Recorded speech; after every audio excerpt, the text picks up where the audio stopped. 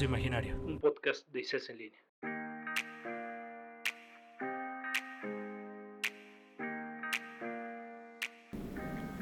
Quien te saluda por las mañanas, la chica de la cafetería, tu compañero el que se sienta al lado de ti, aquel que es muy serio o aquel que es muy extrovertido.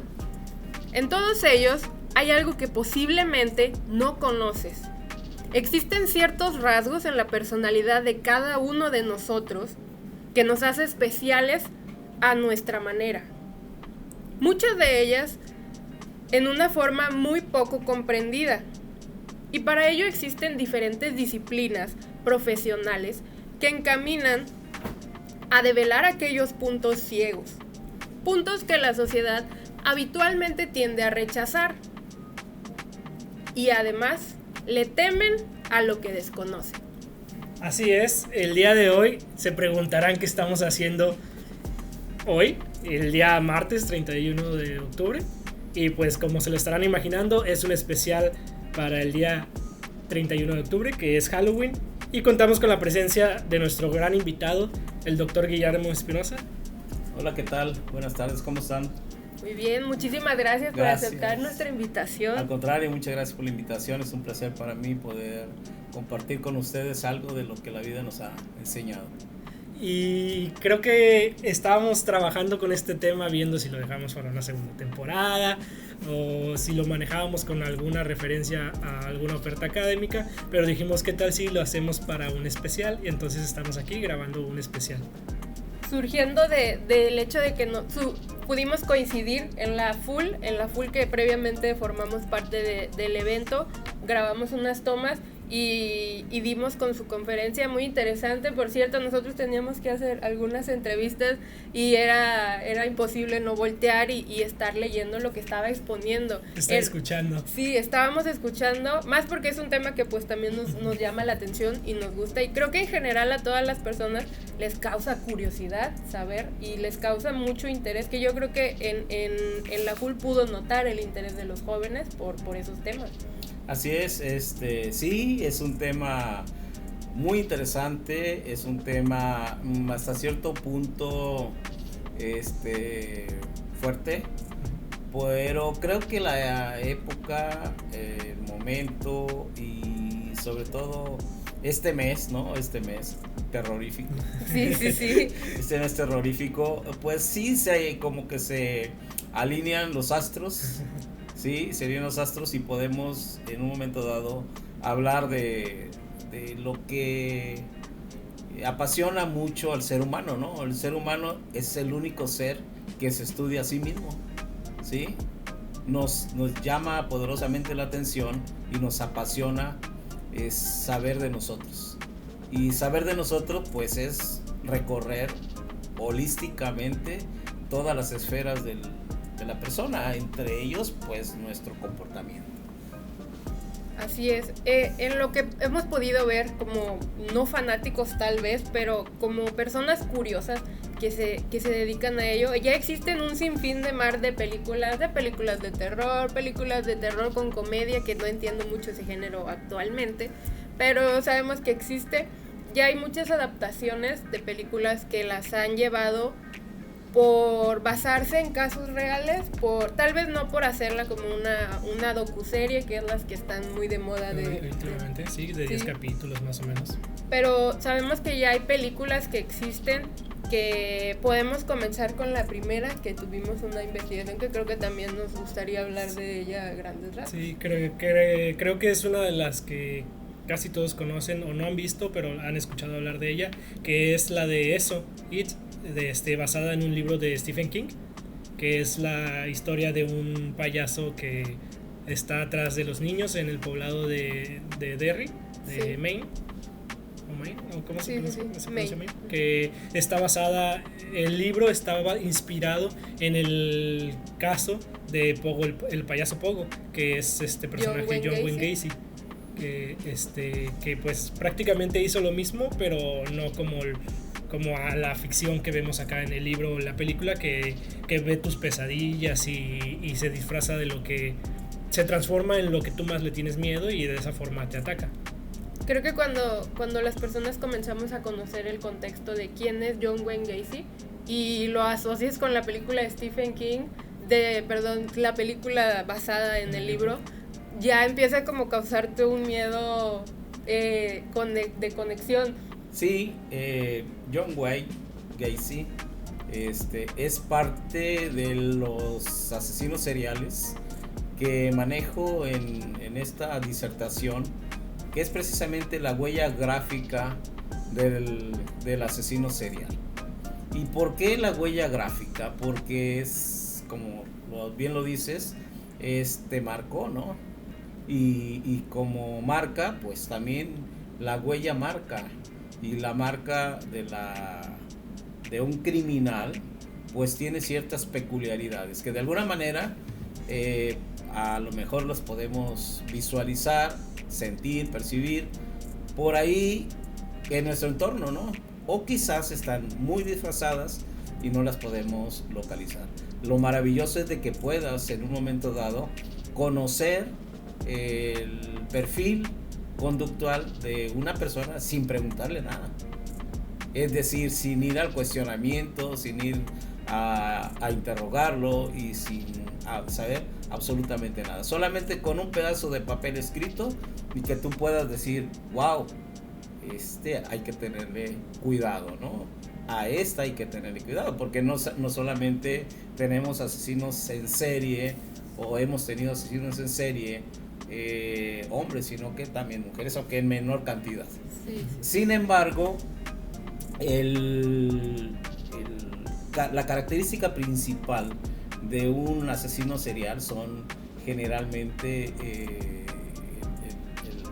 se puede decir lo que la mamá hizo, ¿sí? Y es triste reconocerlo, y sin ser inequitativo en la percepción histórica, los estudios así lo han demostrado, de que casi tenemos bastante apego a la madre, y lo que tenemos respecto de apego a la madre, y bueno, ausencia de padre también a veces genera conductas lamentables que traen consecuencias graves, porque John Wayne Gacy, después de realizar estudios de 36 asesinos seriales, casi la mayoría de ellos fueron observados como sexualmente incompetentes y sobre todo agredidos sexualmente, y en algunos casos por sus propios progenitores.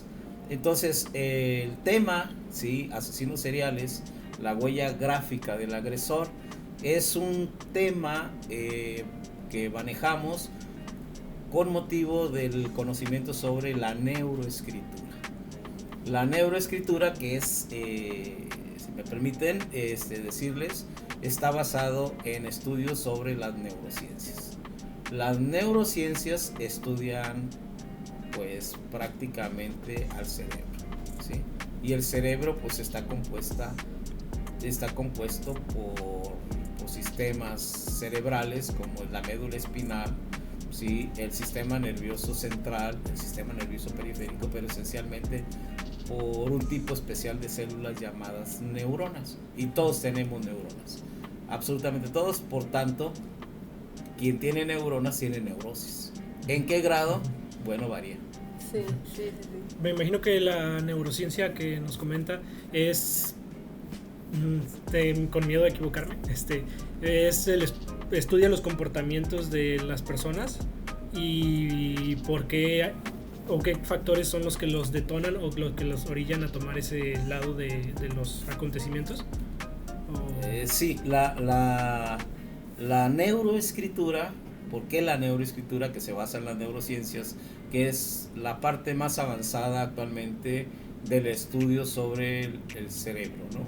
El cerebro es una región del cuerpo humano que todavía no se ha logrado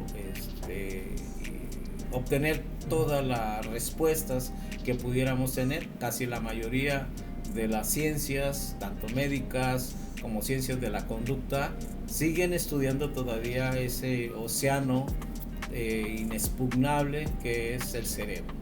Pero dentro de esa parte de la ciencia En el caso específico, yo me especializo en estudiar el acto de escribir.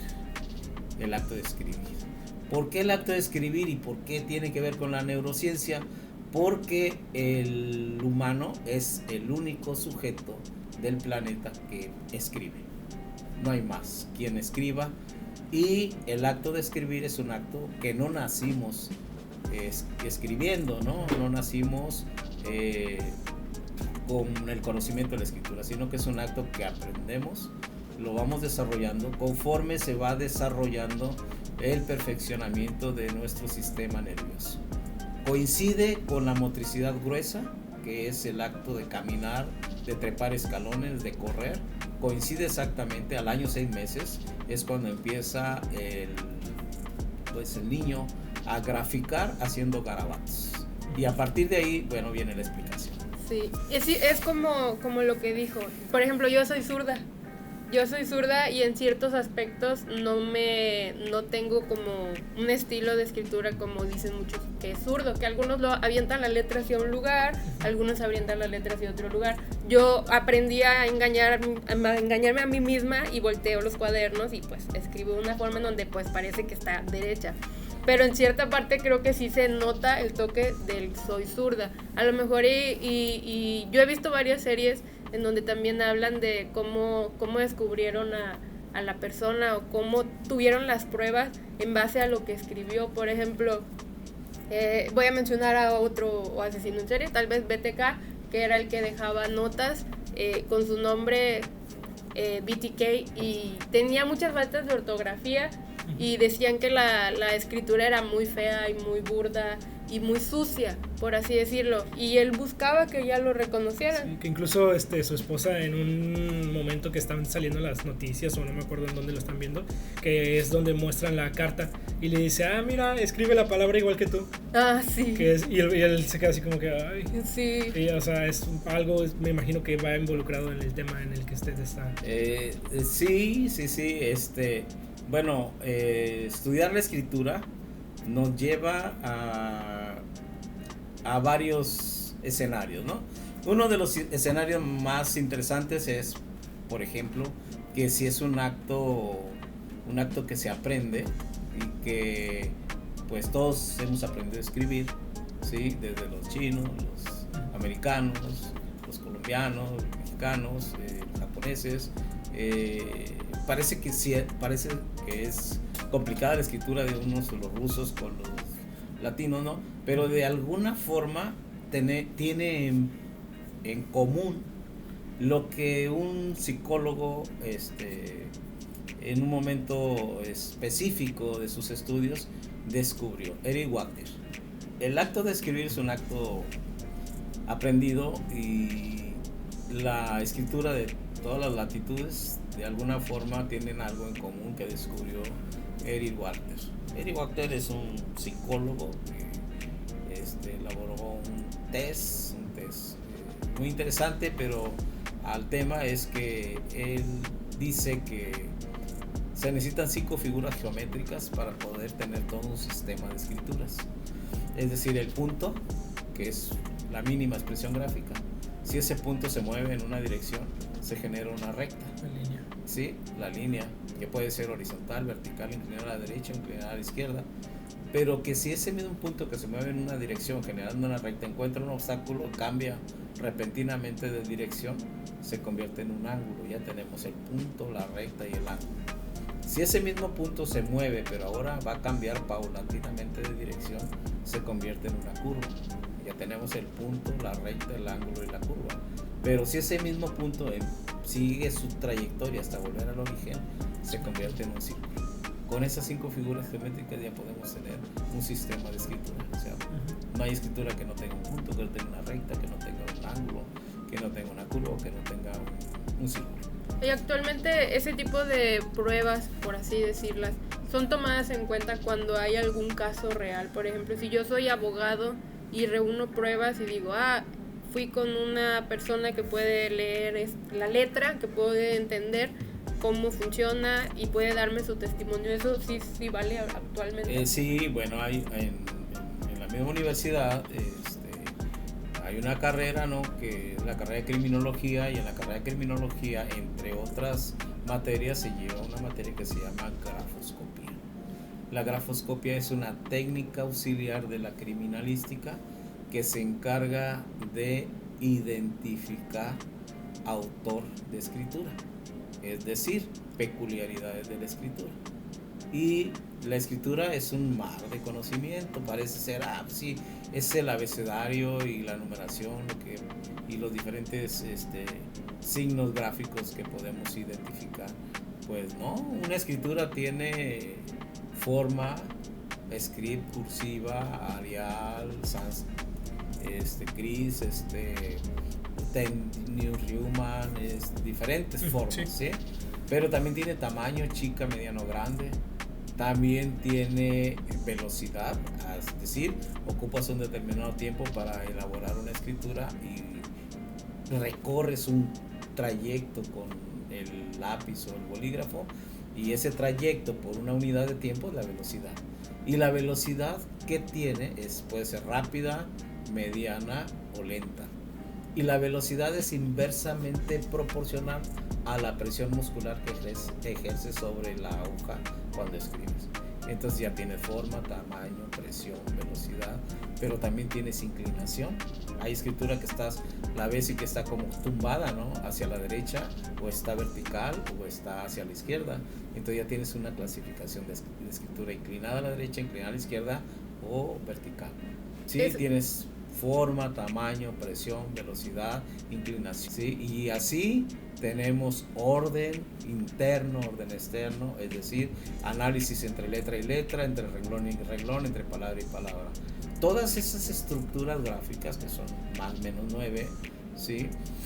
Además tiene idiotismos.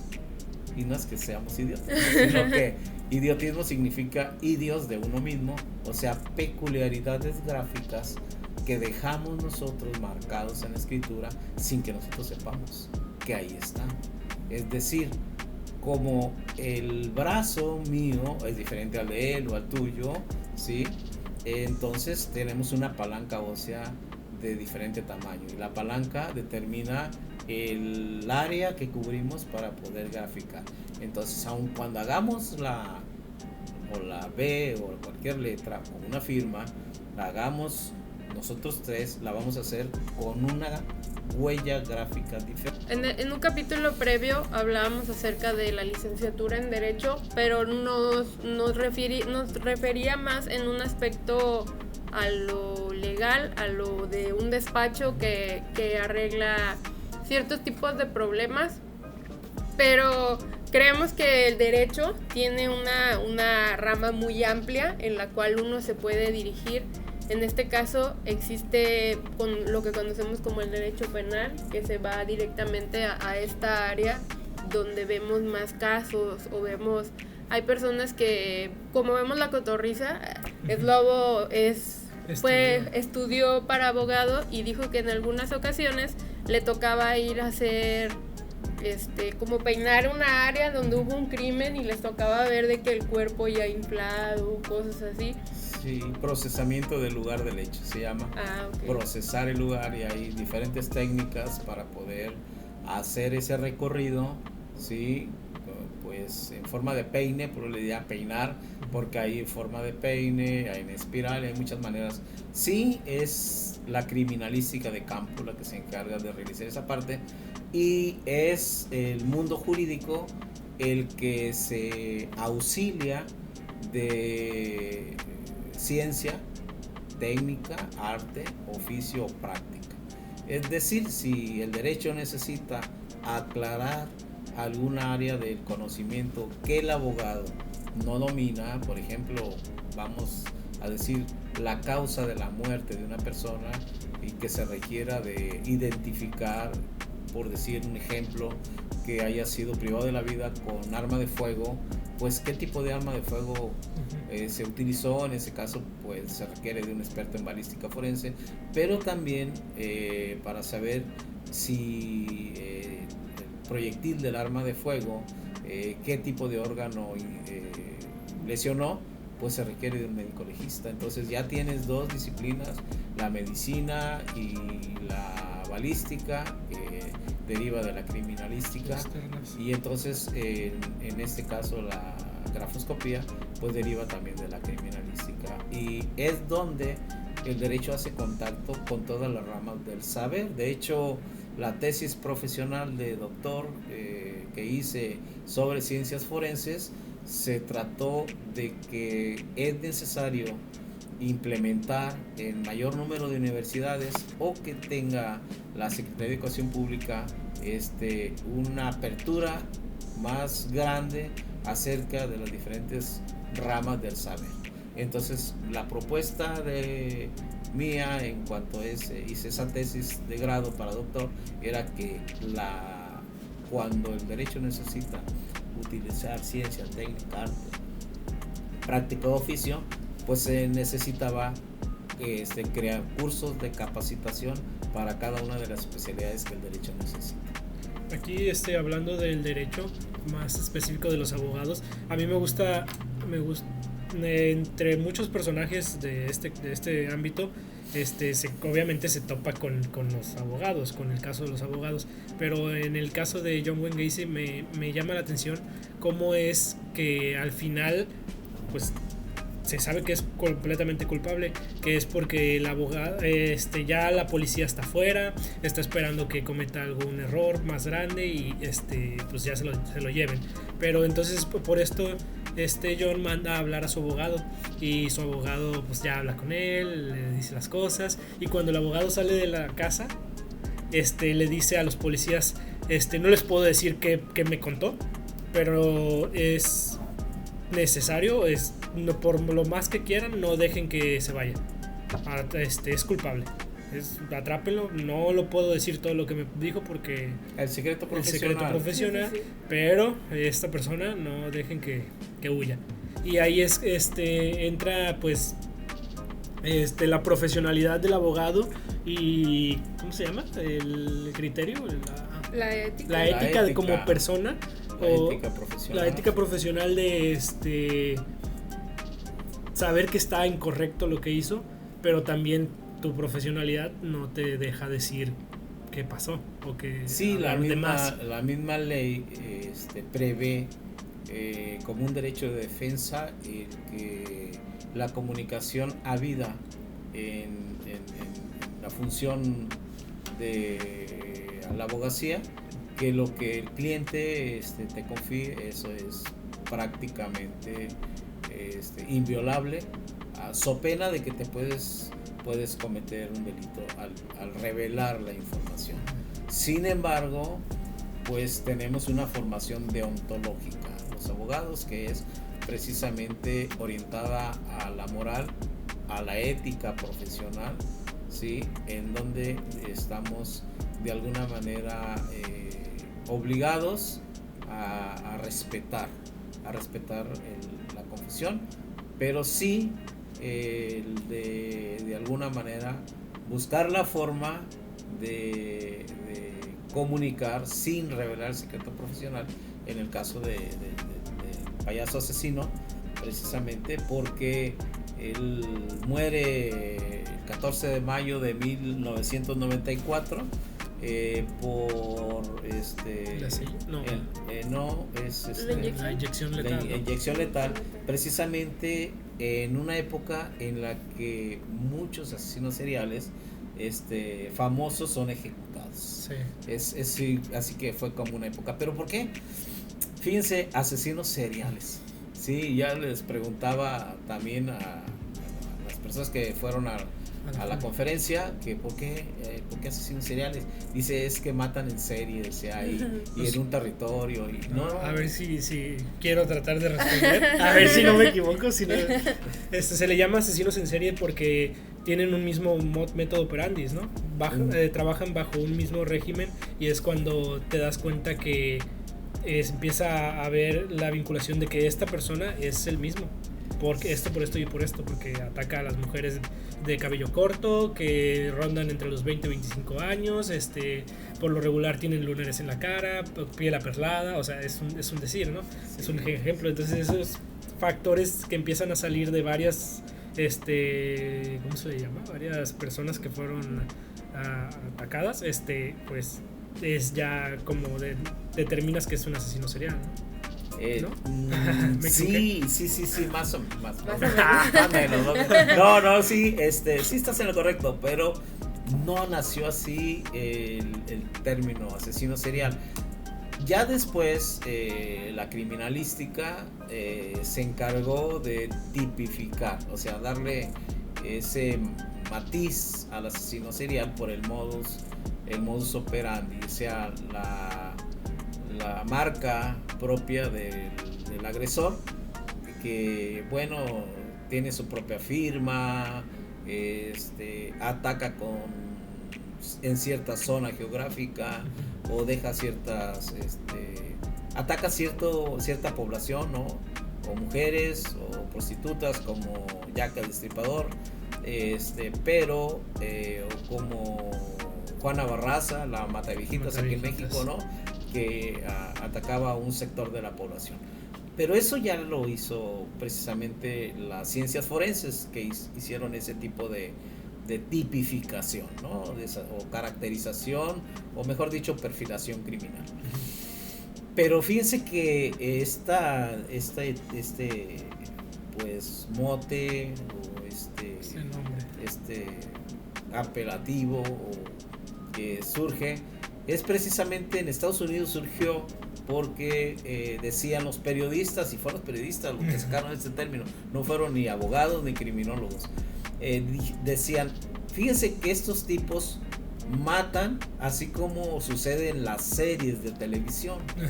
Entonces de ahí sacaron el mote de asesinos seriales, porque su comportamiento era como salían en las series de televisión. En ese tiempo pues no había podcast, ni había internet, era pura televisión, ¿verdad? Entonces pues decían, así como la serie de televisión, así exactamente la realidad. Y de ahí exactamente, y así fue como nace el mote de asesino serial. Ya después pues empieza la investigación, se hacen los estudios y se llega precisamente a las características, ¿no? Ted Bundy, por ejemplo, mataba puras mujeres de 25 años, más o menos, con pelo largo, lacio, morenas aperladas. Sí, y también casi todos traían como que el mismo peinado, ¿no? Aparte de ser. Sí, el mismo peinado, y de alguna manera el asesino serial mata a la parte que más desprecia.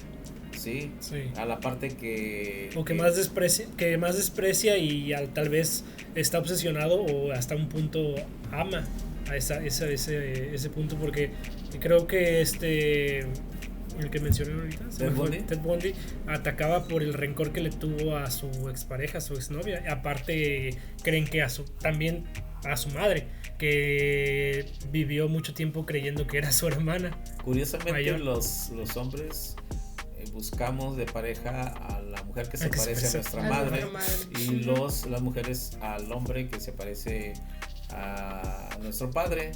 Y precisamente la novia de Ted Bundy se parecía a su mamá, pero la novia lo rechazó. O sea, Ted Bundy era una persona muy, muy atractiva, muy varonil, era nada despreciable para cualquier dama. Sin embargo, él inexplicablemente no entendía por qué razón la novia lo despreciaba.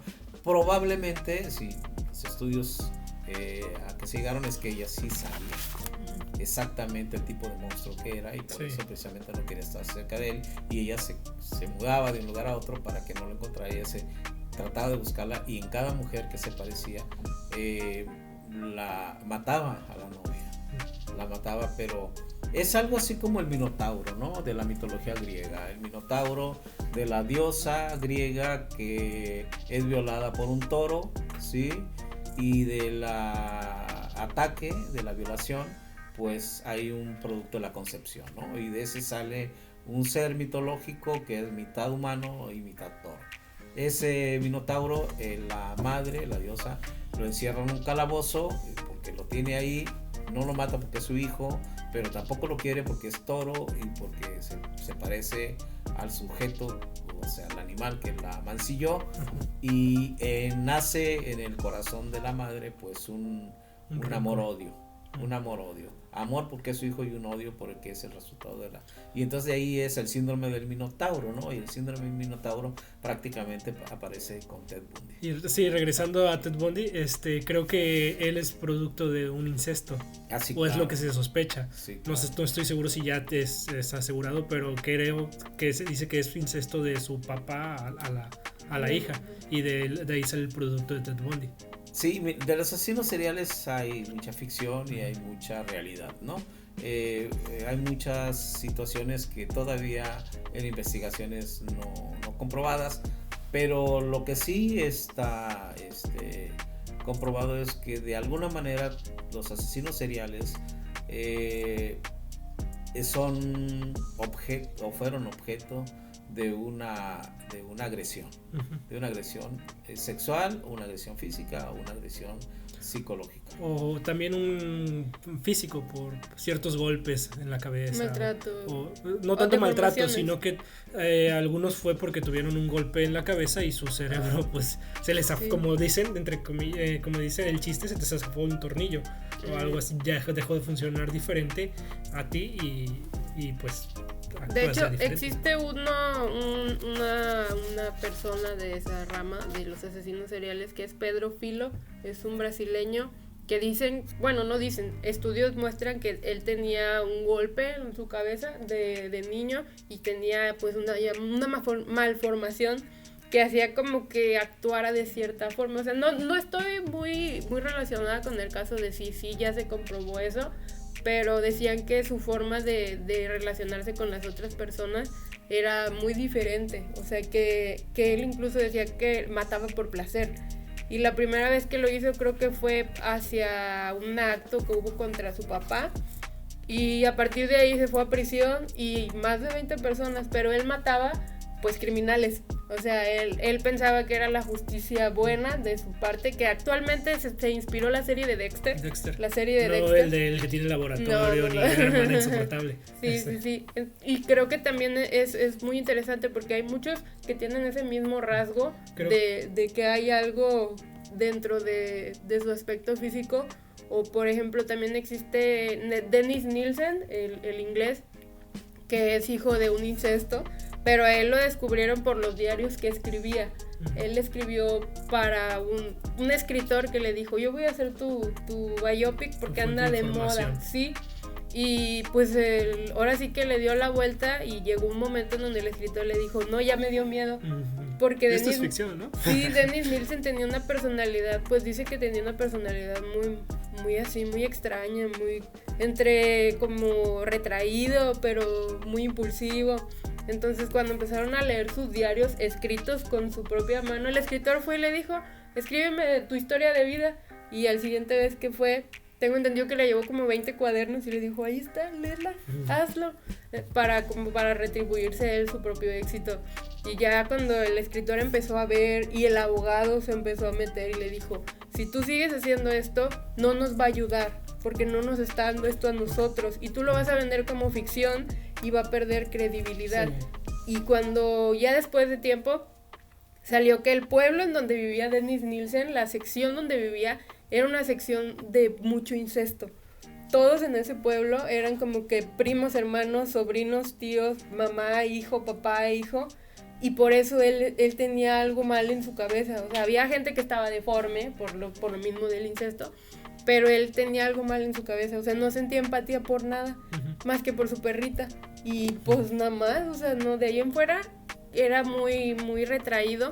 Y ahorita hay una serie, bueno, hubo una miniserie de Des, está muy buena, pero creo que le hizo falta como que nadar un poco más acerca de la historia de él, porque es muy interesante buscar los cuadernos que escribía y ver cómo lo hacía. Y creo que sí, me remonta a lo que está diciendo de la forma en la que escriben, del estilo que tienen, y poder ver una letra y ver a la persona y decir, sí lo escribió, porque incluso tienen el mismo estilo, ¿no? Como decíamos de BTK, que escribía muy sucio y muy cochino y muy feo, y él era una persona grande y tosca. Entonces sí tiene que haber mucho, ¿no? Sí, aquí vienen dos interrogantes. Dos interrogantes muy interesantes. Una es la pregunta que siempre nos hacemos. ¿El asesino nace o el asesino se hace, ¿sí? Si nos orientamos porque nace, entonces diríamos, bueno, es que ya nació con una malformación cerebral, ¿no? Pero si se hace, bueno, pues como dice aquí mi compañero, es se cayó, ¿no? Y se golpeó la cabeza y pues eso se hizo al final de cuentas. O bien el medio donde tú creciste, en un barrio bajo o una familia desintegrada, es la que te canalizó para que fueras de esa manera. Al final de cuentas son cuestiones que se han planteado a lo largo de la historia de la humanidad y sobre todo pues allá por 1800 y fracción, ¿no? A inicio del siglo XIX y de ahí yo creo que tal vez desde que ocurrió el primer crimen bíblico, ¿no? De Abel y Caín. Han surgido muchas teorías, ¿no? La teoría biologicista que dice que ya se nace ahí sí, ¿no? Entonces, otra es la teoría sociológica, ¿no? Que el medio te hace de esa manera. Y luego, pues hay quien dice que es psicológico, ¿no? La teoría psicologista. Al final de cuentas, el asesino en unas ocasiones nace, en otras ocasiones se hace, ¿sí? Pero el que nosotros podamos distinguir una persona que se va a convertir en un gran genocida o no, digo, hablando de uno de los asesinos más terribles que ha tenido la historia, que fue Hitler, sí, que Hitler inició hubiera sido un gran pintor. De hecho, por ahí presentó un cuadro a la Academia de Berlín de un pastor alemán con un jarrón de flores y le dijeron en la academia que él no servía para pintar y lo corrieron. Y luego también músico, y como músico también no lo aceptaron. Pero hubo otro más asesino serial relacionado con este tema, Charles Manson, ¿no? Charles Manson, pues líder de una secta, también era músico, Charles Manson, y tenían sus discos, ¿no? También, conforme querían llegar a más gente. Sí. Bueno, por ahí hay un tema de un docente, un maestro también, que tiene desarrollada un tema que se llama criminología de la música, y espero que lo inviten por ahí también. Está padrísimo esta parte.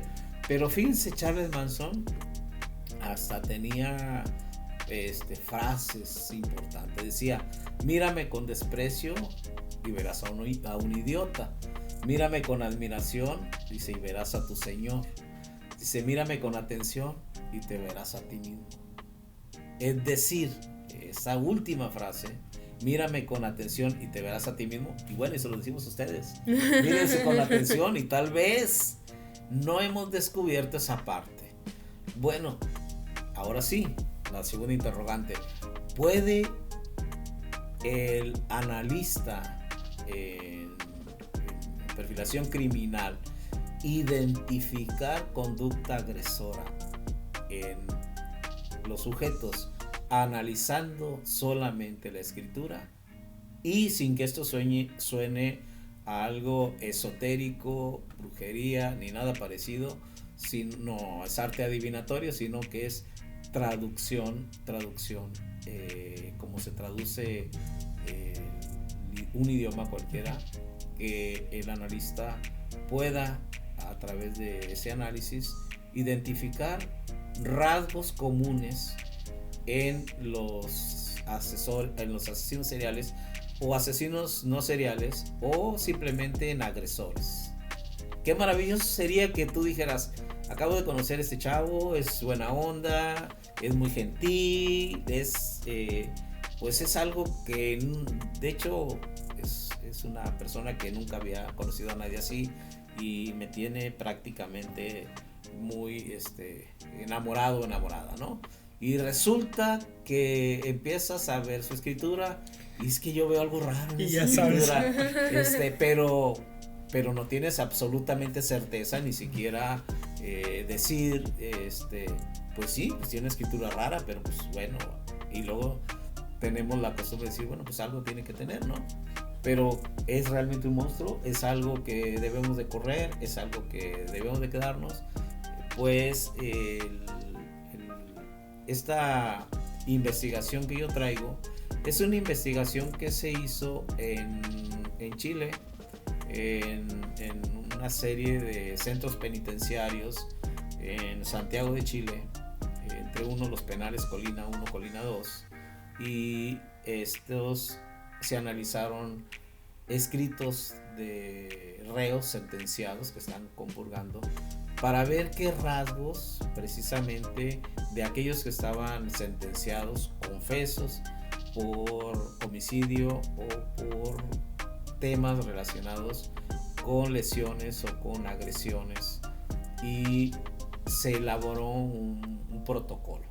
Un protocolo es una serie de rasgos con base en psicología de la escritura que pudiera de alguna manera aplicarse a cualquier escrito latino que nosotros pudiéramos tener a la mano o a la vista.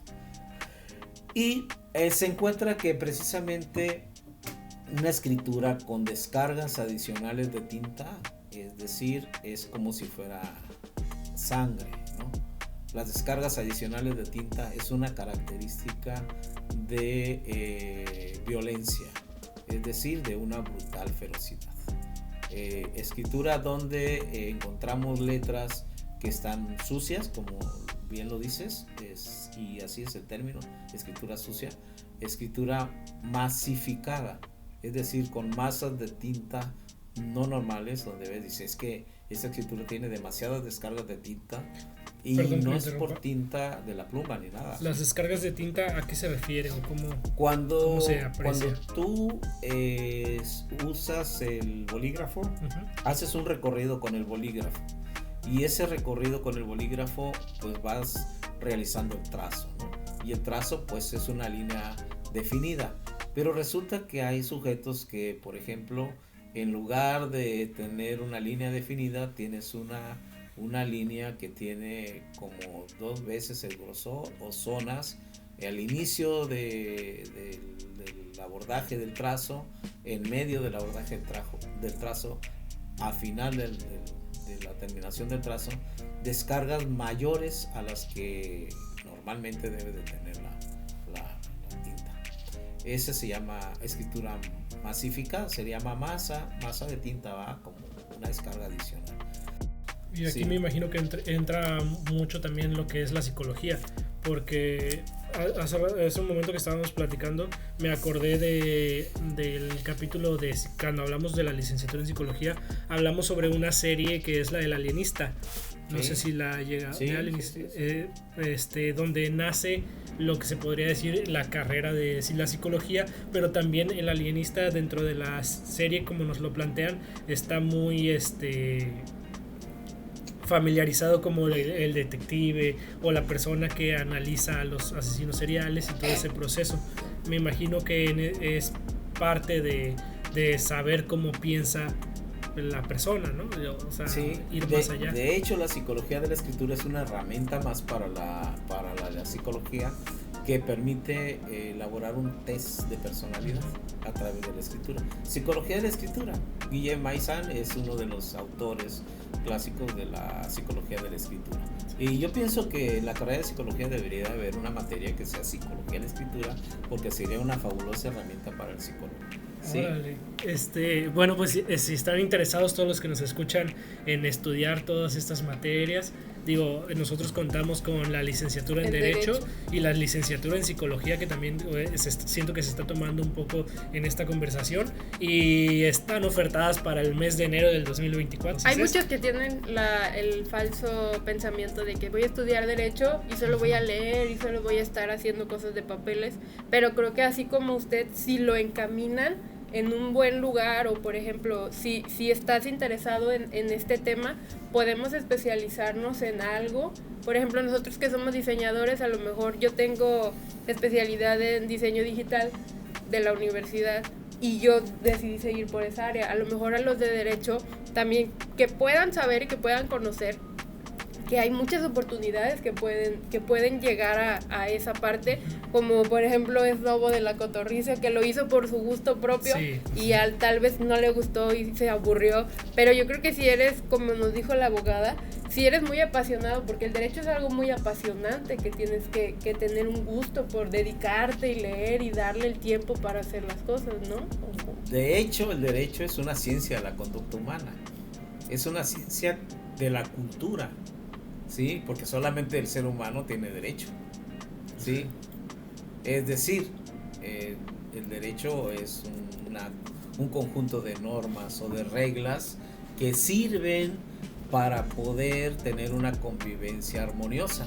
Porque pues yo tengo derechos, tú tienes derechos, él tiene derechos, pero ¿hasta dónde llega mi derecho? ¿Sí? ¿Cómo lo desarrollamos? No, ¿hasta dónde llega mi derecho? Que no llegue a lesionar el tuyo, porque si tú tienes todo el derecho, pero yo también tengo derecho. ¿En qué momento tu esfera de derechos choca con la mía? Como si fueran coches, ¿no? ¿En qué momento colisionan? Bueno, tiene que haber una regla que nos diga si tu derecho termina hasta donde empieza el derecho del otro. Y esa es una manera de visualizar el contenido de la carrera de derecho, porque sí, a todos nos hablan de los derechos, pero no nos habla de las obligaciones. Y ahora les digo a quienes no conocen de derecho y que están interesados en el derecho es una moneda de dos caras. Toda norma o toda regla de conducta, como es los artículos de la ley, tienen dos caras. Es decir, es cierto, los menores de edad tienen derecho de alimentos, y los alimentos implican comida, vestido, médico, escuela, ¿sí? Y quizás algunos hasta tienen embargados a sus papás, pero lo que no saben es que ese derecho también tiene la obligación. Ese mismo derecho de recibir te genera la obligación de que tú, cuando tu papá ya no pueda trabajar o se encuentre incapacitado o discapacitado, tienes la obligación también de dar alimentos. Que los papás no embarguen, bueno, eso es otra cosa, ¿va? Es una cuestión moral, pero yo creo que... ¿Sí se puede embargar un hijo? Ah, sí, un hijo. Se puede embargar un hijo, es un derecho mutuo. Algo que no se sabía. Entonces, resulta que el derecho tiene especialidades, como todas las áreas del conocimiento y de todas las profesiones. Te puedes especializar en derecho penal, en derecho familiar, en derecho civil, en derecho de amparo, en derecho agrario, en derecho administrativo, en derecho fiscal, en derecho de las empresas, derecho corporativo, ¿sí? En derecho internacional, en derecho de migración, en derecho ecológico, en derecho electoral, en diferentes especialidades. Y el derecho necesita de la ciencia en todas las áreas. Entonces, el mundo de las profesiones y el mundo de las especializaciones están involucradas todas de alguna manera. En un momento dado, yo como ser humano necesito el médico y necesito al contador y necesito realizar. Decían antes, el contador solamente el que tiene lana, ¿no? No, porque ahora todos tenemos la obligación de tener nuestra constancia de situación fiscal, y saben que el hecho de obtener la constancia de situación fiscal te da la obligación de tener que rendir declaraciones mensuales. ¿Por qué? Ya eres una persona registrada en el SAT, y al registrarte, la expedición del Registro Federal de Causantes, la constancia de situación fiscal, te obliga de alguna manera a todas las obligaciones del Código Fiscal, y no lo sabe la gente. ¿En qué momento dado el SAT te va a requerir que incumpliste con tus obligaciones de informarle cuál es tu situación financiera en la que te encuentras? ¿Sí? Es decir, el salario que recibes es una ganancia, y la ganancia genera impuestos, y los impuestos son precisamente impuestos sobre la renta, IVA, etcétera, etcétera. Entonces, bueno, este es un mundo interesante, es, como dices, es apasionante para quien le gusta, para quien abriga amor a su profesión, a lo que hace, y como bien por ahí un filósofo decía, si quieres no trabajar nunca, ¿sí? Dedícate a lo que amas y nunca vas a trabajar. ¿Qué lo llevó usted a especializarse en esta área? Porque leyendo acerca un poco de lo que ha hecho y informándonos un poco, vemos que sí tiene una trayectoria pues muy vasta y ya incluso tiene libros, ¿o me equivoco? Sí, fíjense que acabamos de sacar un libro, bueno, tenemos un libro en coautoría con el doctor Oscar Montoya, que es un investigador con 30 años de experiencia en la CTI de la Policía Nacional de Colombia, en donde participamos autores de Venezuela, de Colombia y de México. El autor principal, o sea, el coordinador de todo este trabajo, es Oscar Montoya Tavares. El libro vale 600 pesos, es un libro de 400 páginas y trae temas muy variados. Yo hablo de la parte de la grafoscopía y la documentoscopía, cuáles son las reglas para poder desarrollar un dictamen pericial en México. Y bueno, pues sí, le contesto la primera pregunta que me hizo. Sí. Empecé por el final. De hecho, que yo me haya dedicado a esto fue por hobby, primero por hobby. Pero dentro pues por hobby, por tiempos muertos, es que yo fui fiscal del Foro Común y se me presentó un caso de un chantaje donde hubo una amenaza para una familia y fue un anónimo, y en ese anónimo me llamó poderosamente la atención la escritura. Yo en ese tiempo, sin ningún conocimiento de escritura, analicé y encontré que esa escritura, por varios escritos que me presentó la familia, se parecía demasiado a una persona cercana, y resulta que en el examen pericial el perito no encontró lo que nosotros veíamos. Ya después yo la volví a retomar, entonces eso me hizo investigar y me puse a cursar la materia de grafoscopía, que ya voy a cumplir 20 años de experiencia en esa área. La parte de la escritura y documentos desde el 2004, septiembre de 2004, empecé con el estudio, y eso lo hice nada más por conocer. Sí, así como dices de la cotorriza, no por saber, pero cada vez que estudiaba algo me llevaba a otra cosa y me llevaba a otra cosa y me llevaba a otra cosa. Entonces pues ya nos apasionó esto, sin dejar el derecho. Seguimos trabajando el derecho. Tengo mi despacho particular, coordino la firma legal Genius JF, jurídico forense, y tengo una academia de formación pericial y soy presidente del Colegio Nacional de Expertos Forenses, cuya sede está en Tampico, y funjo como vicepresidente de la Asociación Internacional de Expertos Forenses, que alberga más o menos unos 30 países de Latinoamérica, cuya presidencia está en Chile, la Secretaría General está en Colombia, y bueno, la presidencia con ustedes está en Tampico, México. Eso nos hace sentirnos comprometidos con el conocimiento, compartir lo que sabemos, porque al final de cuentas lo que sabemos es un grano de mostaza comparado con el mar de conocimientos que existe. Sí. Y nosotros estamos agradecidos porque haya asistido a este especial, porque haya compartido todo su conocimiento con nosotros y con todas las personas que van a escuchar este especial. Varias personas van a estar indagando en sus propias letras. Ya ahora sí, la próxima vez que veamos que diga, ay, yo escribo feo, ya vamos, mi propia letra. Ya vamos a decir, ay, pues no escribo tan feo, ya me doy miedo. Yo creo que todos vamos a empezar a corregir nuestra propia escritura, porque tratar de engañarnos. Pero fíjense que creen que a nadie, bueno, casi a la mayoría de nosotros no nos gusta nuestra letra. A nadie. ¿Pero por qué creen? Porque no escribe la mano, escribe el cerebro.